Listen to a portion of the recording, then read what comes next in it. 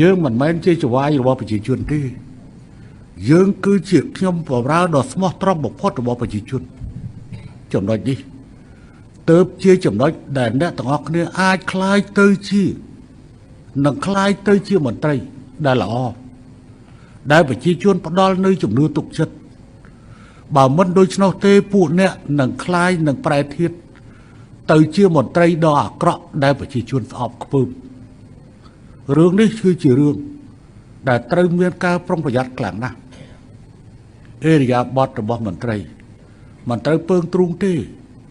ត្រូវយល់ឲ្យច្បាស់ថាប្រជាពលរដ្ឋនោះឯងគឺជាអ្នកជាគោលដៅដែលយើងត្រូវបម្រើមិនមែនជាគោលដៅដែលយើងត្រូវបង្ក្រាបឬជាគោលដៅដែលយើងត្រូវប្រមាថឬជាគោលដៅដែលយើងត្រូវមិនយកចិត្តទុកដាក់នោះទេចំណុចនេះត្រូវចាំឲ្យបានមុនដំបូងធ្វើអ្វីជុំចោះតែដំបូងត្រូវរំលឹកខ្លួនឯង24ម៉ោងលើ24ម៉ោងថាយើងគឺជាអ្នកបម្រើប្រជាជនមិនមែនជាចវាយនាយរបស់ប្រជាជនទេភាពពើងទ្រូងណាមួយគឺតែងតែនាំទៅដល់ក្តីវិនាសនៃមន្ត្រីទាំងនោះមន្ត្រីគណៈបកប្រជាជនមិនដែលទៅអួតអាងថាខ្លួនជាអ្នកស្នេហាជាតិទេមន្ត្រីដែលល្អពិតប្រាកដគេមិនបានអួតថាគេជាអ្នកស្នេហាជាតិគេជាអ្នកស្រឡាញ់ប្រជាជនទេគេធ្វើទង្វើជាក់ស្ដែងលើការជាក់ស្ដែង